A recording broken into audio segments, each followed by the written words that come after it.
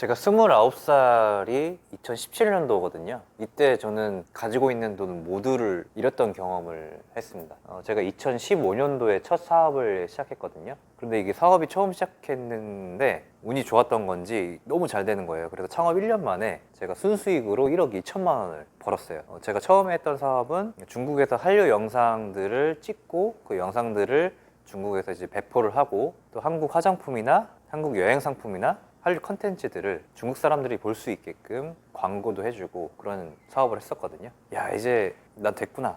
앞으로 승승장구할 일만 남았구나. 진짜 나는 개쩌는 창업가야. 이런 생각을 했었는데요. 근데 있잖아요. 이게 안 좋은 일은 한꺼번에 온다는 얘기가 맞는지 우리나라에서 중국을 타겟으로 사드를 배치를 한 거예요. PD님 사드 배치 들어보셨나요? 네, 들어봤습니다. 한알령이 이제 된 거죠. 모든 한국 동영상이 셧다운되고 삭제되고 채널 날아가고, 그리고 제가 가지고 있던 한국 화장품들이 중국의 그 보세 창구라고 해가지고 통관에 묶여가지고 이도저도 안 되는 그런 상황이 지속됐었거든요. 그때 당시에 태양의 후예 드라마 되게 유행했었는데 그 드라마도 다 삭제가 되고 길거리에 나가면은 급진적인 중국인들이 한국인들을 폭행하는 그런 사건도 생기고, 아무튼 한국에 대한 모든 정보가 삭제되고 한국인들도 핍박받았던 그런 시절이었어요. 그래서 2년 만에 저는 완전히 빈털터리가 되고, 게다가 동업자한테 사기까지 당합니다. 호기롭게 내가 중국에서 성공하겠다, 성공하기 전까지는 대한민국에 돌아오지 않겠다, 이렇게 친구들한테 얘기를 하고 부모님한테도 출사표를 던져가지고 중국에 넘어갔죠. 그런데 이제 폐잔병이 되어가지고 부모님께 나 망했습니다, 그런 얘기를 도저히 하지를 못하겠는 거예요. 그래서 일단 한국에 들어왔는데, 제가 한국에 왔다는 사실을 숨기고 저는 서울 광진구에 화양동이라고 있습니다. 화양동 지하방 1.5평짜리 되는 그 지하방에서 살게 됩니다. 햇빛도 하나도 안 들어오고요.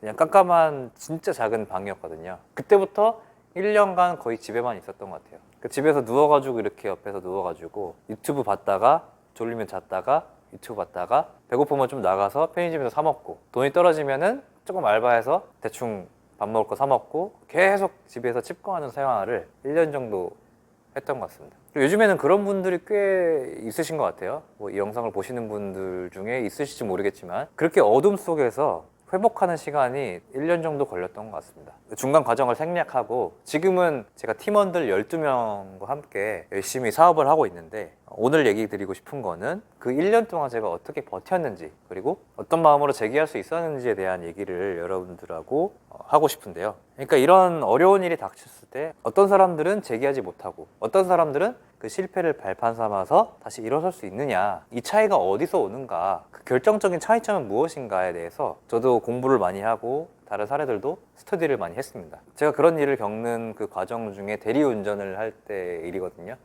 벤츠 E클래스 굉장히 좋은 차를 제가 앞에 타고 있었고, 뒤에는 손님이 이렇게 뒷좌석에서 술에 취해서 이렇게 잠을 자고 있었거든요. 그 서울에서 올림픽대로를 타고 인천으로 가잖아요. 순간 제가 그냥 빨리 달리고 싶은 거죠. 그래서 50km에서 100km, 150km, 200km까지 속도를 내다가 그때 핸들을 내가 꺾으면 어떻게 될까, 이런 생각이 문득 든 거예요. 그래서 220km까지 쭉 밟는데 뭐 잘못되면 잘못되는 거지, 그냥 이렇게 여기서 인생이 끝나는 거지, 핸들만 꺾으면 한순간이구나. 그 올림픽대로가 한강 바로 옆에 있잖아요. 그래서 이렇게 꺾기만 하면 바로 한강으로 빠져들어갈 수 있는 구간이 여러 군데 있거든요. 그런 생각으로 엄청 빠르게 프락셀을 밟는 거죠. 근데 그렇게 밟아도 결국 아무 일도 일어나지 않는 거예요. 제가 서울에서 인천까지 원래는 1시간 반 정도 걸리는 그 인천, 좀 먼 인천이었거든요. 검단이라고. 제가 서울에서 인천까지 가는 거리, 1시간 반 거리를 정말 30분에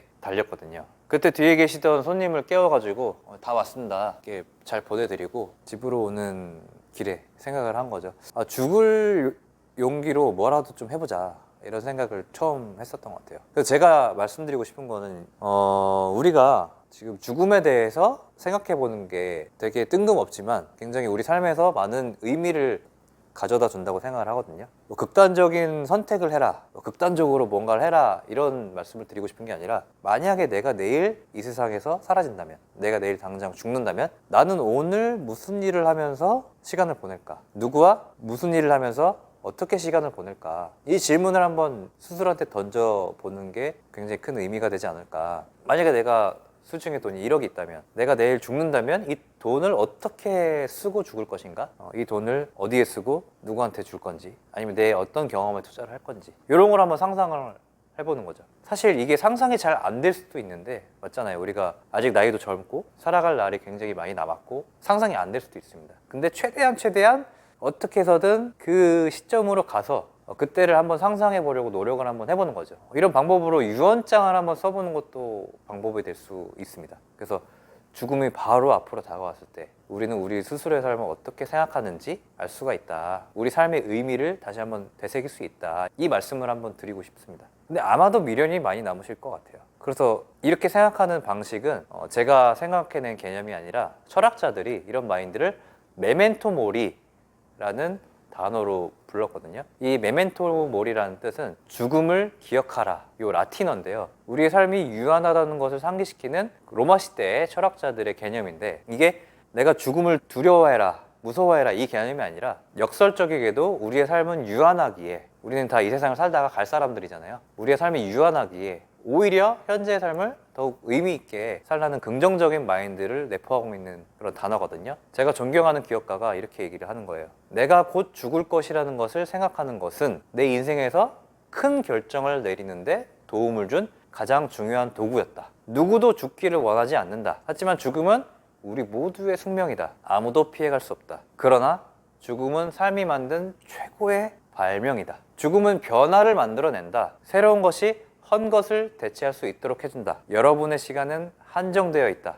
그러므로 다른 사람의 삶을 사느라고 시간을 허비하지 말라. 다른 사람들의 견해가 여러분 자신의 내면의 목소리를 가리는 소음이 되게 하지 마라. 이 얘기를 누가 했냐면 스티브 잡스가 한 얘기거든요. 그래서 오늘 드리고 싶은 말씀은 결론적으로 이겁니다. 우리는 모두 죽는다는 것을 기억할 때 우리가 현재 겪고 있는 금전적인 문제가 있을 수도 있고 상황적인 문제가 있을 수도 있고 이런 어려움 속에서 어느 정도는 초연해질 수 있다. 그리고 솔직히 내 가족과 친구나 주위 사람들한테 미움이 있을 수 있잖아요. 어떻게 보면 죽음 앞에서는 이런 미움들이 좀 줄어들 수 있지는 않을까? 내가 오늘 살고 있는 이 순간을 좀 제대로 살 수 있는 마음가짐이 아닐까? 이 얘기를 드리고 싶었습니다. 제가 시련을 극복할 수 있었던 마음가짐에는 이 메멘토 모리라는 마음가짐 이외에도 여러 가지 습관이라든지 멘탈 회복 탄력성이라든지 이런 개념들이 있는데, 앞으로 이런 방법들에 대해서 여러분과 함께 얘기를 나누고자 합니다. 여러분의 건강한 멘탈을